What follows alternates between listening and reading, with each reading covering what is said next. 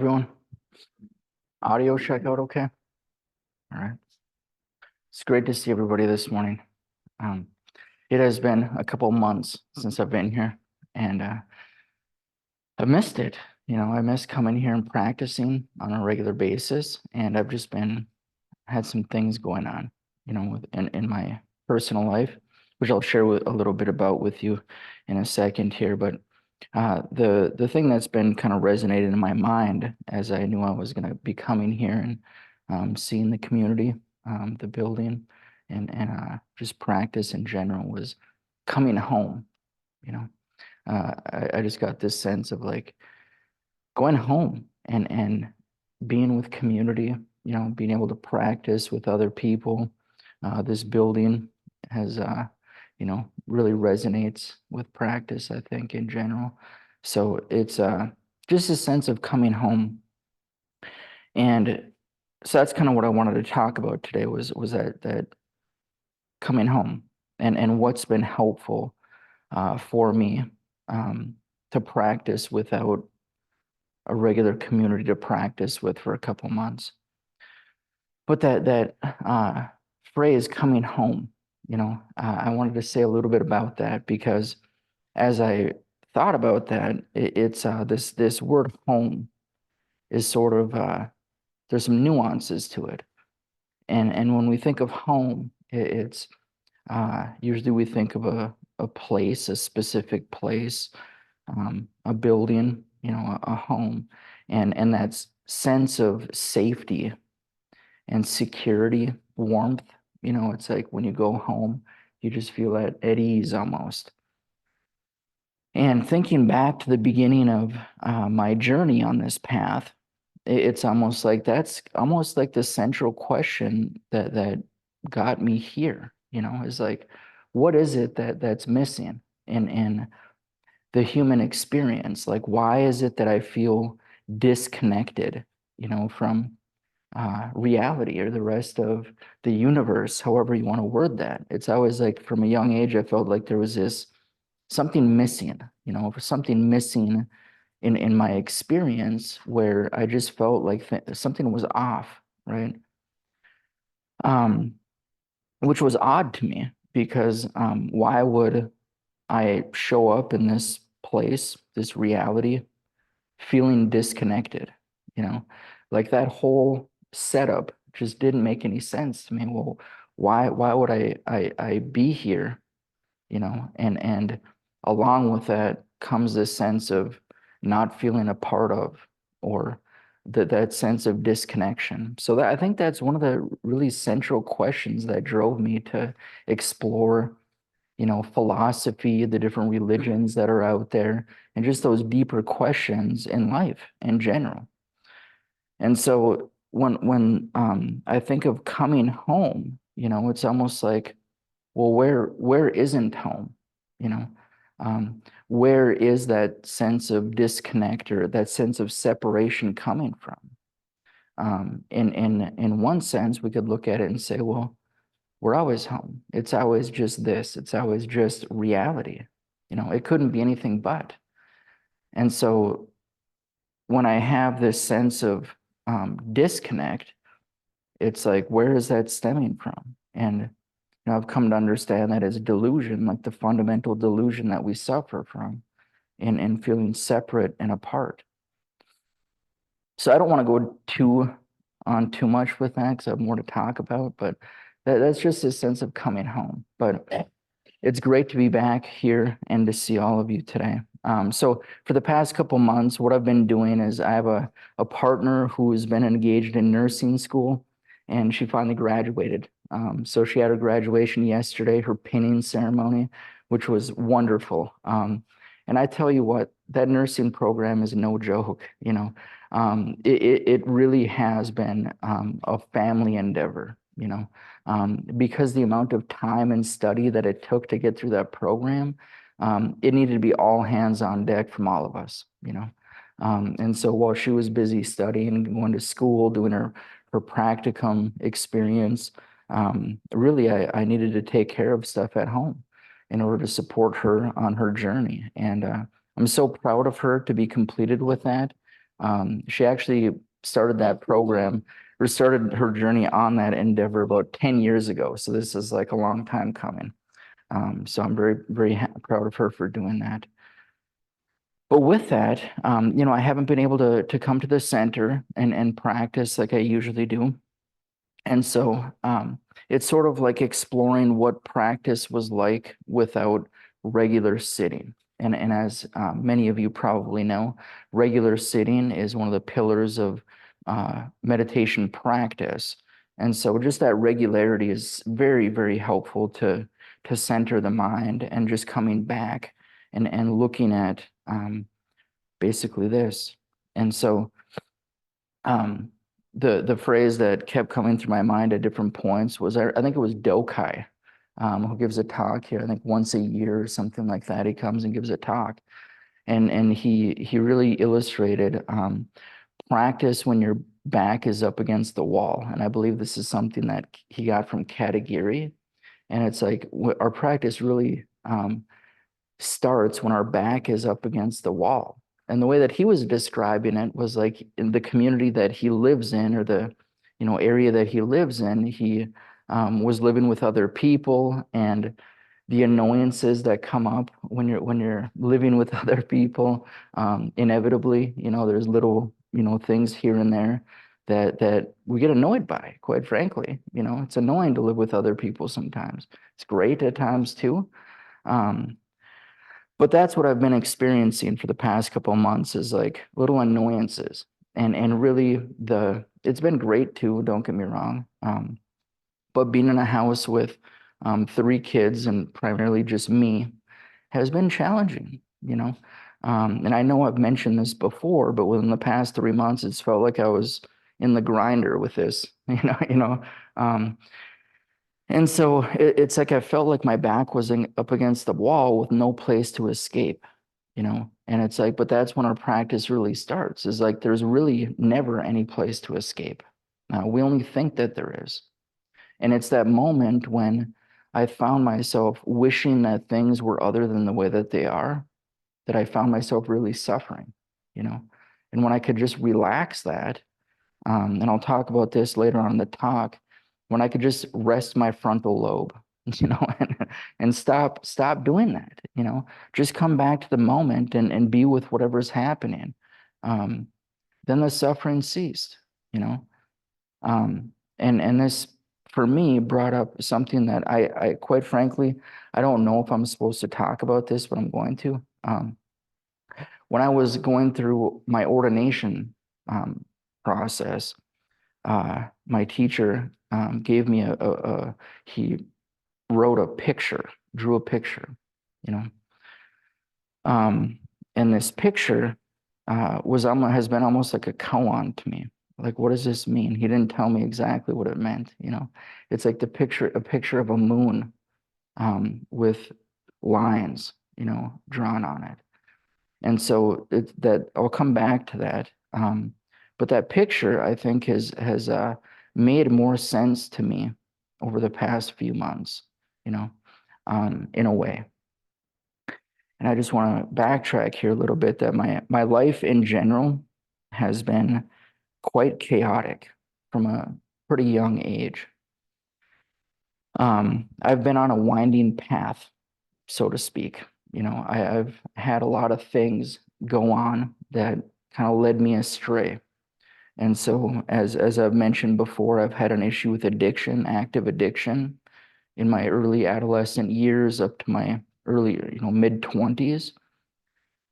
And with that came a lot of suffering. I just to highlight the key moments was like dropping out of high school, getting a DUI, my first DUI at a very young age, enrolling in the military and getting kicked out of the military after 2.5 years for another DUI, coming back home to my hometown, getting hooked on pain pills, I tried to sober up at one point in time. We were coming back from a methadone clinic one morning. My girlfriend at the time was driving, and she went into the woods going 80 miles an hour, and I got ejected out the rear window of the vehicle, Ended up with a traumatic brain injury and punctured my left lung. Was in a coma for a couple weeks and basically incapacitated for about a year after that. Eventually, I did get off of the pills. Um, I ended up hitting a pedestrian with my vehicle. That's what happened. That was the event that landed me in jail ultimately, which was the best thing that's ever happened to me, to be honest. I needed it. And so I spent a couple months in jail. The pedestrian did survive, broke his arm, fully compensated by my insurance company. But that couple months, just a break from what I was doing, was very helpful. That was what started me on my journey in recovery. And so I'm very actually grateful for that opportunity to go to jail, you know. And so post-addiction or post-active addiction, being in recovery, and that was 17 years ago. After that, I became immediately, even while I was still in my jail. So I think the first book that I requested was the Dalai Lama, one of the Dalai Lama's book. I forget what it is. The Art of Happiness, I think it's called. So I started my study when I was in jail. And from there, I just became increasingly immersed in this study, very interested in what these teachings had to point out about life and reality. So I was very involved in that, very involved in recovery. And then I started my journey in school. And so I started going to school. I knew that one of the best things that I could do with a traumatic brain injury was continuous learning. I was still mostly intoxicated while I was going to therapy, like physical therapy, occupational therapy, that kind of stuff. So I didn't, it was fresh. My brain injury was fresh. So I didn't pick up a whole lot of what they taught me. But I did pick up continuous learning. And so with that, I used that to propel me on an education path. I mean, I had a GED, not much work experience other than, being fired from a lot of jobs, stuff like that, because of my active addiction. But I was very motivated to be productive, with my life. And I wanted to help people. So I ended up going to school, ended up getting a couple master's degrees and a couple licenses I went to school for like 10 years, which I think was very helpful for me to recover from the brain injury, although I do still have some issues with it, and I'm getting testing done in February. So hopefully that doesn't go too bad. But with that, the reason that I bring that up is because I've been busy. I've been busy in my life. Simultaneously, while I'm going to school, I'm trying to engage in this practice in as wholehearted of a way as I possibly can. I found a teacher. At one point, I was ready to move to Tibet if I had to, or wherever I needed to move in order to practice authentic Zen or Buddhism. And I was lucky to come across Steve Hagen, and I was really drawn to his teachings and the practice here, ultimately at Dharma Field, when I was able to come. And so I was going to school, which was very consuming. I mean, doing internships, trying to work jobs here and there to earn enough money to survive. Meanwhile, practicing meditation as diligently as I could, So for many years, I was living in Uptown, and I didn't have a car, so I'd take the bus here in the morning for the sit-ins, go to school, do the things I had to do throughout the day, and then sometimes come back to the center in the evening. I remember one summer I did like a full practice period. I think something happened to you, Steve, during that summer. You weren't able to actually be there for it. But I dedicated one whole summer to just sitting, all of the sittings here that were offered here at Dharma Field.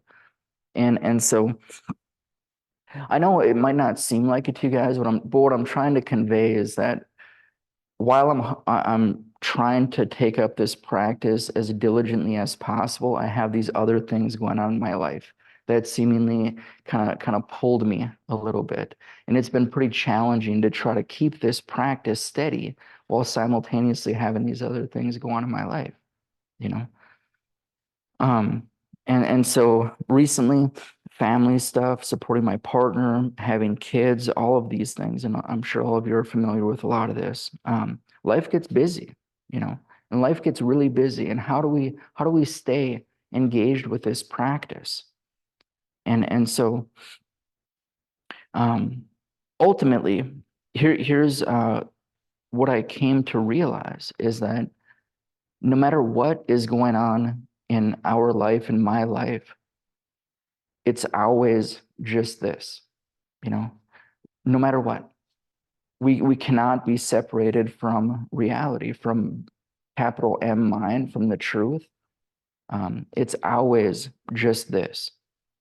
And so whenever we get that sense that we're too busy or I just can't do this right now, we're off the beam because there's a separation that's happening in my mind where I should be practicing. Well, if I think to myself I should be practicing, I'm not actually practicing.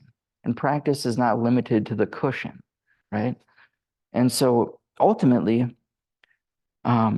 Zen, meditation, practice, reality, this is not inseparable from anything else that I have going on in my life. So it's always just coming back to the present moment and coming back and resting in the here and now. And all of this is just the scenery of our life. It's just the scenery. And as we'll talk about in a little bit, we call this illusory. That doesn't mean it's not real. Kind of, it does, but not really. You know, I don't even know how to say it. But I'll talk about that more in a little bit. So we're always inseparable from all beings. We're always inseparable, back to the picture that I was bringing up. This picture that was drawn. It's like the way that I look at the picture is it seems like there's a winding path that leads to the moon. It's either that or it's a reflection on the water of the moon. I like to interpret it as a winding path because it makes sense in the context of my life, because it's always this winding path that's happening. But what I notice about that picture is the moon is always present. The moon is always there. And in Zen and Buddhism, the moon is kind of like a depiction of awakening or enlightenment.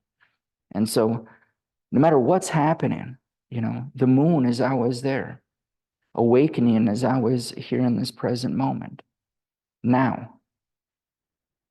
And so that's helpful. It's helpful to realize that no matter what happens, you know, it's always just this. We're inseparable from all beings. So,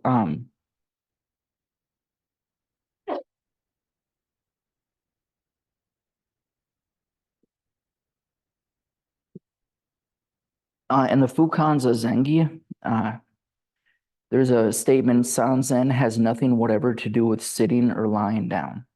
And so if we have in our minds that practice is something particular and it only takes place on the cushion while we're looking at the wall in a meditation center, we're kind of confused about what practice actually is.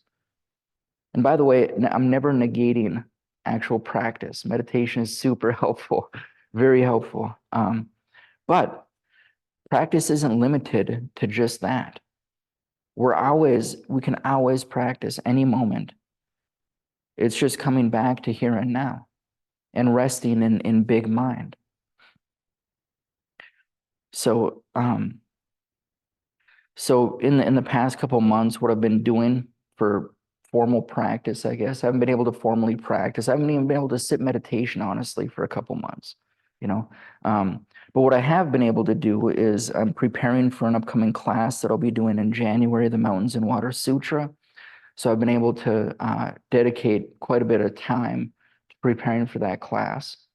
Ultimately, it boiled down to this. It's either practice meditation or prepare for this class. And so I decided to just prepare for the class and instead of showing up with nothing for you guys or whoever plans to attend.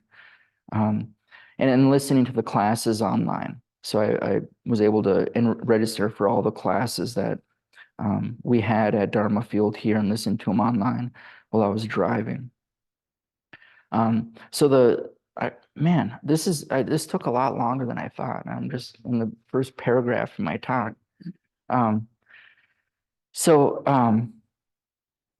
The following passages are just things that have stood out to me as being really helpful for me to remember as I'm engaging in my daily, somewhat chaotic life in the past couple months.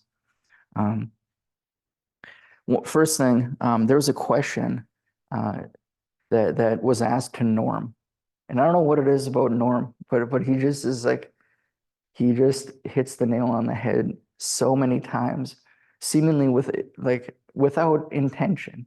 Like he doesn't try to say anything profound, I don't think. But the way that it hits you is very profound. And I just have dozens of moments that have happened to me throughout the years practicing here at Dharma Field. So there's a question, and I don't remember, this was within the past year, I believe. So somebody was like, do you have any regrets, over your lifetime? And I forget who asked the question. But he kind of paused for a minute. He's like, no, I think the first thing he said was, no, I don't have any regrets. And then he thought about it for a second and he's like, well, maybe not living as wholeheartedly as I would have liked, And I just thought, wow, like that is actually very profound, and speaks to what this whole talk is about, is showing up in this moment wholeheartedly, regardless of what we're doing. It's showing up wholeheartedly. And what does wholeheartedly mean? Well, it's full engagement in the activity of the moment, whatever that is. And so that's been very helpful for me when I'm not able to sit formally at Dharma Field, and just in general. So people say that practicing Zen is difficult, but there is a misunderstanding as to why. It is not difficult because it is hard to sit the cross-legged position, although it is hard to sit in the cross-legged position, like the full lotus. I can't do it. Or to attain enlightenment. It is difficult because it is hard to keep our mind pure and our practice pure in its fundamental sense. And so with that idea of purity, if we don't have any exposure to these teachings, we might think pure thoughts. The content of our thoughts are pure. I'm thinking about other people. I have good intentions. And just the content of my thinking is pure. But that's not what's being pointed out here. It's not purity of thoughts. Purity in the sense that we're not deceived by the things that we're thinking, the thoughts that come up in our mind. So we're not pulled into the stories, the narratives that we tell ourselves. It's just noticing when we're caught and coming back. So it isn't the content, and it's pure as in seeing through the illusion of permanence or substantiality. So it's also that we give this experience a sense of solidity that it doesn't otherwise have. And so it's very easy to get caught by the things that we're thinking. And I'll talk about this hopefully later on in my talk. I'll talk about the board-carrying fellow, which I've come to appreciate that phrase. Anyway.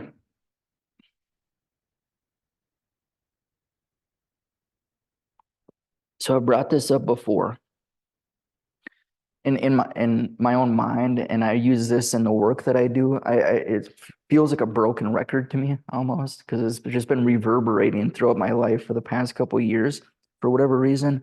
But it's case 225, Dangshan's Cold and Heat. And I think this can be found in John Dido Lowry's book, True Dharma I.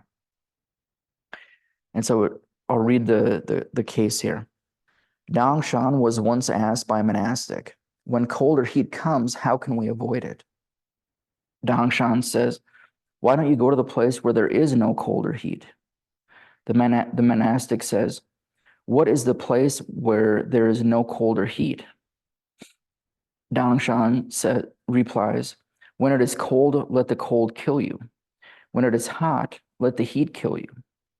Now, there's a couple different versions of this koan that I was able to find. The one that I actually use in my work, because I actually use this quite a bit in my work. But the one that I typically use is when Dangshan, when he replies, when it is cold, be completely cold. When it is hot, be completely hot. And I just take out that word kill because it just, I don't want to get into the weeds with anybody on that. But my preference is this, let the cold kill you. When it is hot, let the heat kill you. Because that's a part of our actually that's primary part of our confusion, is this sense of I, the sense of self. And so what we typically do is avoid pain and seek pleasure. And we're always in this push-pull, avoiding this and seeking that. This is a basic function of what we typically do. And at the center of that push and pull is this sense of self that we have to please and protect. And so we're always trying to set things up. I shouldn't say we always.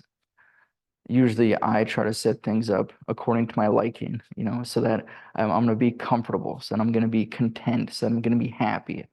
And the basic premise is that if I set everything up externally in my life, people, places, and things, to my liking, I'm going to be happy, if only I hang out with the right people, the right group of people, if I go to the right school, if I have the right job, if I wear the right clothes, if I have these things set up, I can be happy. I can be content, and as most of you probably know by now, that isn't necessarily the case. Doesn't matter who you're with, what you're doing, where you live, troubles are going to arise. It's a part of this experience. And so this koan, what it's pointing to is when it is cold, let the cold kill you. Forget your preferences.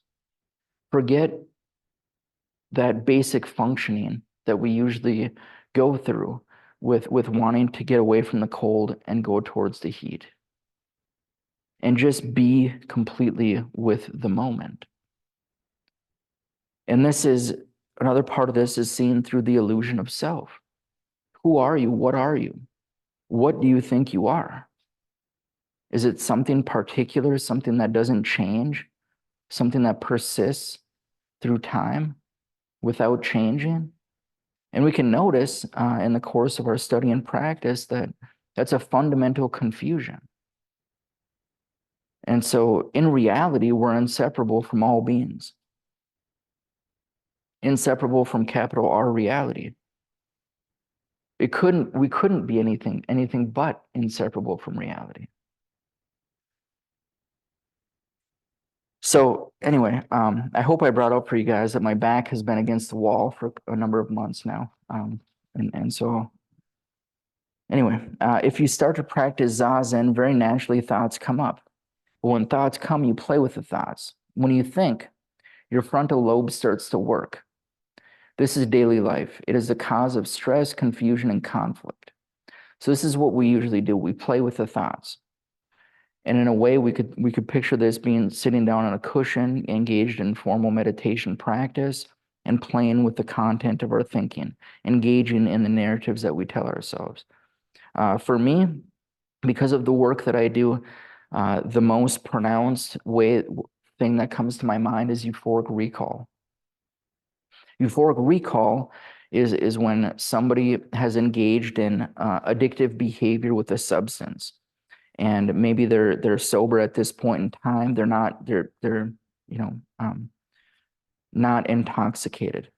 And when they think about the substance of their choice, whether it's alcohol, marijuana, cocaine, whatever it might be, in their mind, what happens is if they play with the thought, they'll start to actually picture themselves drinking an alcoholic drink.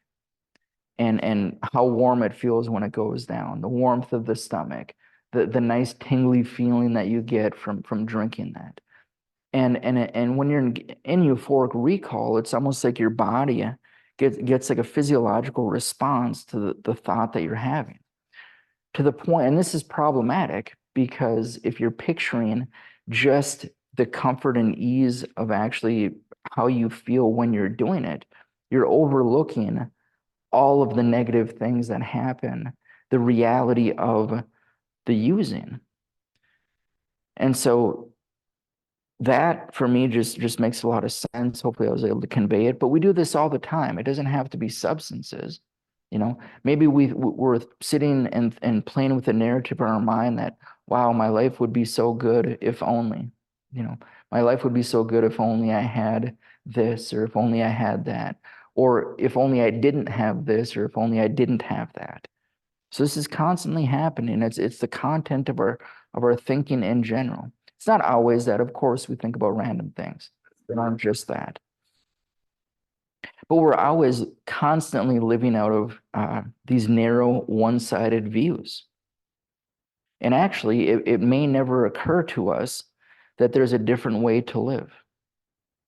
We may not see the other side of reality. We're only engaged in our narrow, one-sided thoughts that we have about the world as a whole. So to set what you like against what you dislike is the disease of the mind. And this is from Trusting the Heart Mind. So this makes us ill at ease when we're engaged in this type of thinking, caught up in our thoughts. I remember, I'm just going to stop when the time runs out. I don't know if I'm going to get through all this. Apparently I have a lot to say today. So I remember taking a political philosophy class when I was going to the College of St. Scholastica up in Duluth, and it was a very fun class. I've always liked philosophy. I've liked that type of thinking and thinking more in depth about things. And so we're engaged in discussion. We're reading several different books simultaneously. While I was doing that, I was also studying Buddhism, studying about practice and stuff in general. And I had the realization at one point in time that, like, all I'm doing is thinking, all I'm doing is thinking about things, and so I was supposed to write a paper. I forget exactly what the paper was, but I was supposed to write a paper reflecting on some of the literature that we were reading throughout the course.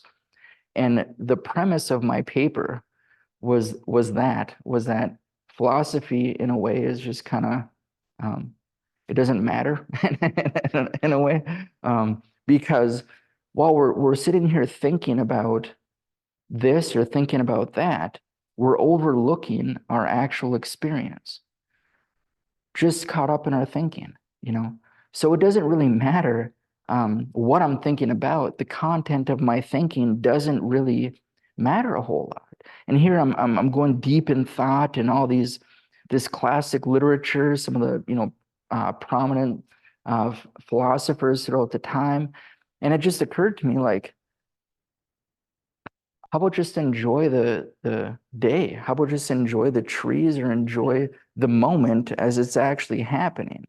And for me at the time, it was almost like I broke out of this nest egg of just totally being caught in thought and realizing that there was another way to live. And I was excited about that. I was enthusiastic, and I wanted to convey that to my teacher. In hindsight, it probably wasn't the best approach, because essentially what I said is, this is garbage and we just need to come back to reality, but I did pass the class. And I don't remember what I got on the paper. But that was very exciting to me to realize that, wow, like, I don't have to be caught up in the content of my thoughts all the time. And in fact, it's probably not that helpful, It's probably not that helpful. I know it's not helpful for me, but it's probably not even helpful for other people, So in Zen, we let the frontal lobe rest for a while. Then very naturally, there is no chance to create stress or distress by consciousness. Very naturally, you become free from nervousness and stress.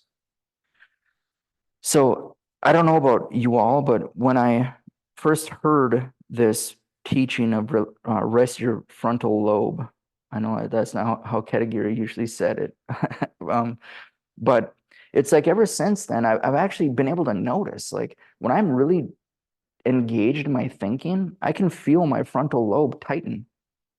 I don't know if that's just like me making things up, but it's like my forehead like clenches, you know, versus when I can just relax and open the hand of thought, you know, as Uchiyama says, like I can just relax and it ceases to be so tense.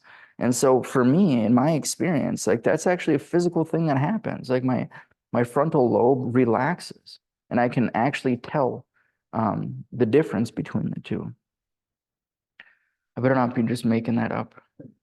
Um, so this is also switch your mind, you know? So that's basically just switch your mind from being caught to not being caught. You know, just notice when we're caught up in our stories and our narratives and come back home, you know. So if we think that this condition is favorable and that one is unfavorable, then we create samsara or suffering in our zazen. I want to get there. I want to experience this more often or longer.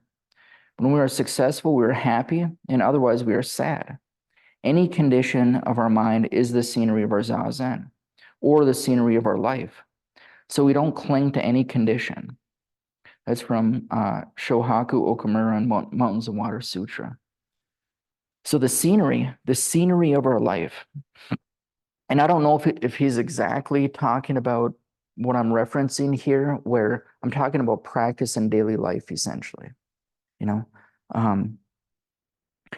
So there's sitting on the cushion, formal practice, and there's the scenery of our life, like being engaged in daily activities that we have to do. We don't cling to any condition, whether it's the contents of our mind or whether it's the scenery of our life in general. So we don't cling. If unfavorable conditions come, they come. If favorable conditions come, they come and they go. It's always this arising and ceasing. It's always coming and going. And so the conditions only appear this way right now. They're always changing. We don't cling to any condition, realizing that impermanence is thorough. We're always inseparable from wholeness with a capital W. It's always just this. So I learned from my teacher that any condition, whether mental or physical, is just a condition. In my practice, the most important thing is to just keep the upright posture, breathe deeply from my abdomen, keep my eyes open, and let go of whatever comes up in my consciousness. That's all I do. I try to keep this posture under any condition. To create certain conditions of our mind is not the purpose of our sitting. And so when we find ourselves trying to control what we're thinking, trying to come up with beautiful thoughts and ideas, it's a condition. Just realize, just let go, open the hand of thought. And to create certain conditions, he says, of our mind, is not the purpose of our sitting. But broaden that out, like in my own experience, this mechanism of really trying to arrange the world to my liking, you know, is central. You know, it's been central since a young age, trying to get things that I want and arrange things according to my liking. And this is willed action. So there's me and there's out there, and I'm going to arrange things to my liking. And we do this in our minds as well. Well, I guess it starts in your mind. But then it's action, you know, actions that we take to try to arrange things in the way that we want, that we like. So we get caught in the particulars, wishing things were other than the way that they are, and it's just coming back to wholeness.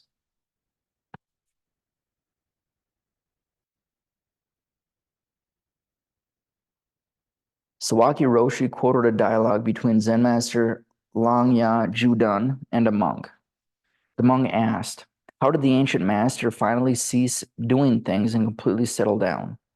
Langya replied, it was like a thief slipping into a vacant house. Sawaki Roshi commented, a burglar breaks into an empty house. He can't steal anything. There's no need to escape. Nobody's chasing him. It's nothing. Understand? It's nothing.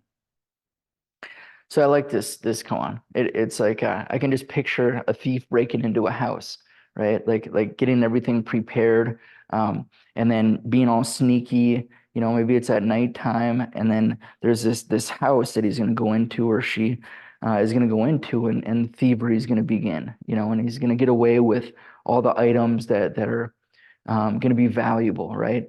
And so he's got this plan. Maybe he's got a mask on, some dark clothing, and he's sneaking in. Maybe he crawls in through the window, and then all of a sudden, there's nothing there. You know, there's nothing to steal. You know, starts creeping around the house. There's nothing here. Nobody even here. There's a vacant house. So it's like the moment when this thief realizes that I've been duped, you know, there's nothing here. There's nothing for me to do. It's almost like there's a couple things that happen.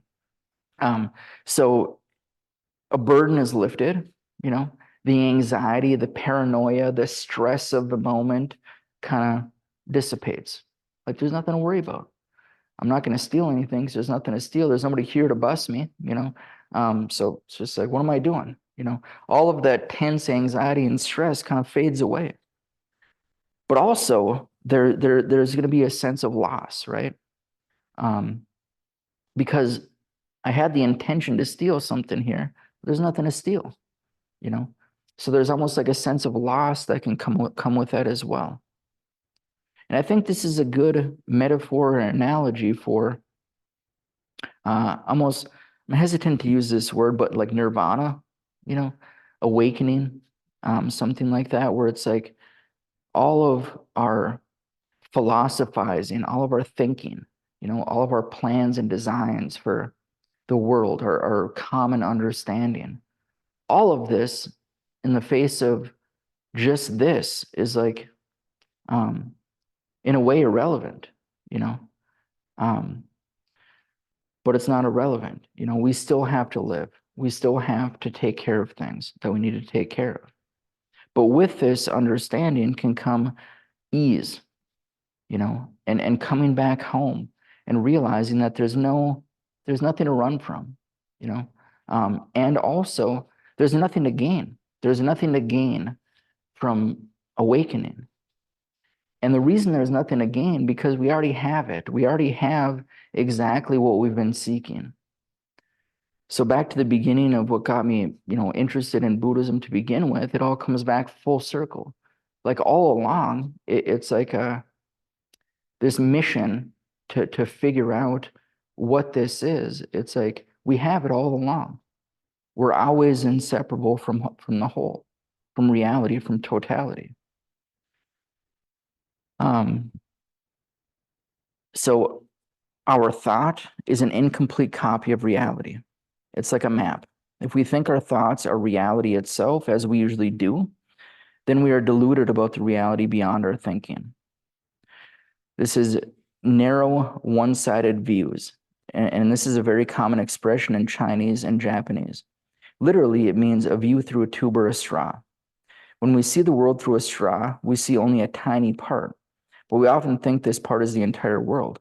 This way of thinking is widely understood, expressed in terms such as frog in a well, the blind people examining the elephant, the Zen expression board-carrying fellow, or the English tunnel vision. And so I just really have come to appreciate this board-carrying fellow. You know, I just picture somebody walking along the road with like a big board on the side. And first of all, if you got a board right next to your head, you can't see half the picture, right? And then it's also like the bumbling experience of like running into stuff, like hitting walls and like other people maybe. It's just like this awkward dynamic that we have. But that's what we usually do. We're usually operating solely out of one aspect of reality, and that's the relative side of things. And so this is I forget what it is. Mountains are mountains, waters are waters. This is where we start. And so we don't even realize or know that there's this other aspect of reality, which isn't other. It's just this, but we don't realize it. We don't have any understanding of that. And so we really think we're separate and apart and distinct from the rest of reality. And this is what we're living out of. And it's the basis of our suffering. So I'll finish with this. I actually did get through quite a bit of this. A frog on the ocean bottom eats gruel. The jeweled rabbit in the heaven washes the bowl. Come to really appreciate this imagery of a frog on the ocean bottom eating gruel, while simultaneously the jeweled rabbit in the heaven is washing the bowl, right? And so this comes from the saying frog in a well, meaning to have limited views or tunnel vision. The frog in this story, I guess, is us with our limited views. So we're the frog at the bottom of the ocean. The ocean is the Sangha, a boundless place to practice. Eating gruel can be likened to our practice. And then the jeweled rabbit is thus truth, reality in the heaven washing the bowls. So we're here, the frog at the bottom of the ocean, eating our gruel, practicing. Simultaneously, the rabbit is washing the bowls, taking care of us. So the frog and the rabbit are actually inseparable, in this. And so it's all just one mind. And back to the picture that I brought up earlier, the moon is always present, We may not see it, but it's always there. It's inseparable. This is just reality, just this. So again, I'm gonna read this and then I'll be done with my talk. So a frog on the ocean bottom eats gruel. The jeweled rabbit in the heaven washes the bowl.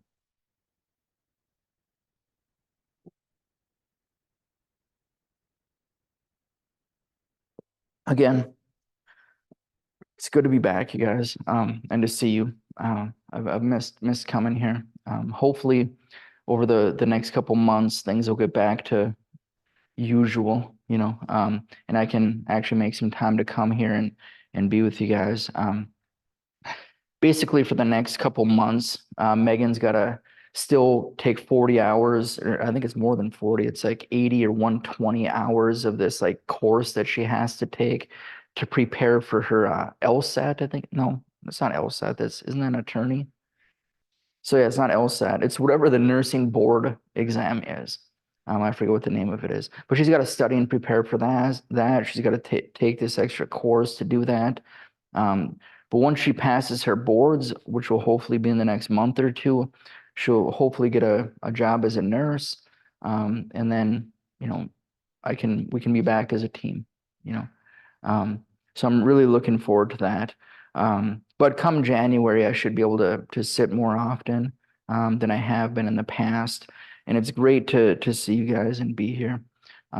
Hopefully my talk made a little bit of sense. I really just was excited to come back home, questions or comments? I like your talk. Nice. Thank you. Yeah, I like the ways. Thank you. I appreciate that. Thanks for being here. Yeah.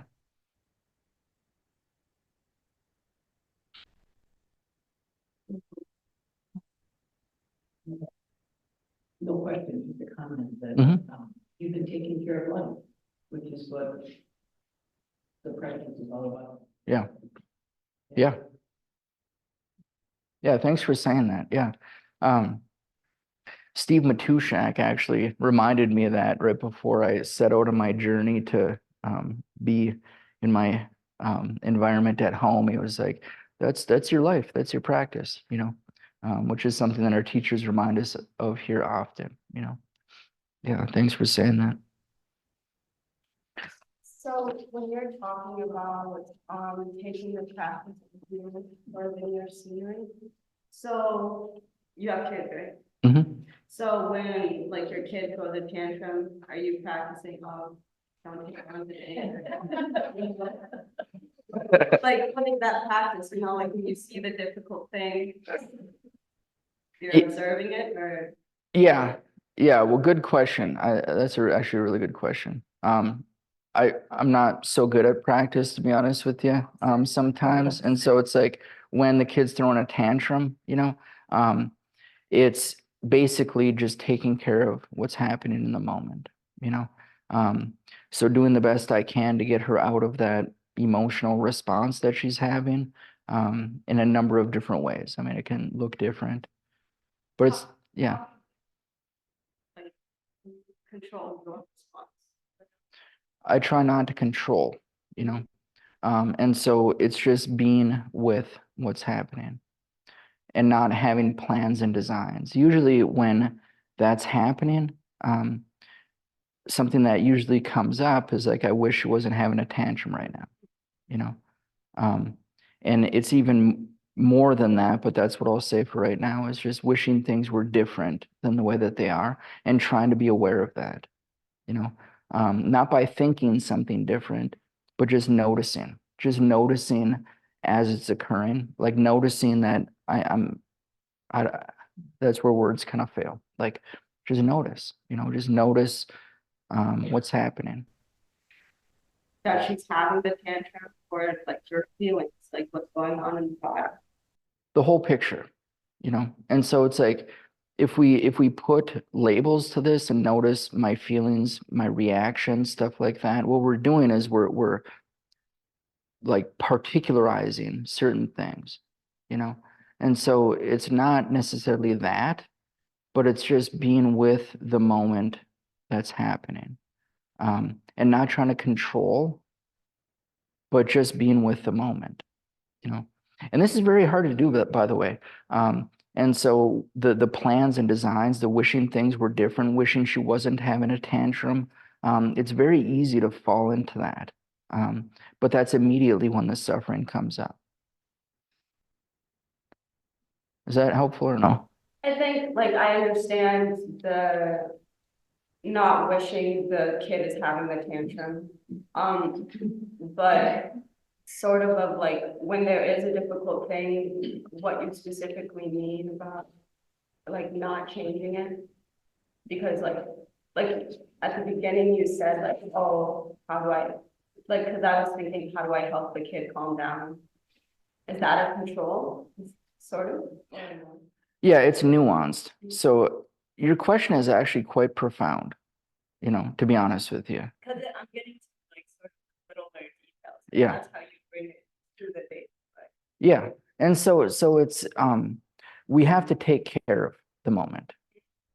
So this isn't, I don't mean to say don't help my daughter. Right. Just ignore her. Like that's not what I'm saying. What I'm saying is that taking care of the moment, whatever is presented in the moment as it is, right? So if my daughter's having a tantrum, I'll do whatever I can to try to help and take care of the situation. But just the designs and the thinking and trying to have things be a certain way is the suffering, So yeah, of course I get like a physical response, I get anxiety or, all of that happens, but none of it's a problem, The only problem that's happening is my thinking about the situation at hand and how I think it should be different, And with that being said, like, of course, take care of my daughter, and hopefully I can help her, but it's not having, intention or like trying to get things to be a certain way. Very subtle question, actually. Yeah. So I thank you for that. Yeah. Anything else? What was that type of recall? Yeah. Euphoric recall. Yeah. Yeah. And by the way, euphoric recall, I think I said this before, but it's like, it could be about a job or it could be anything, It's like when we get the idea and we think, we can almost taste the peach as we're thinking about it,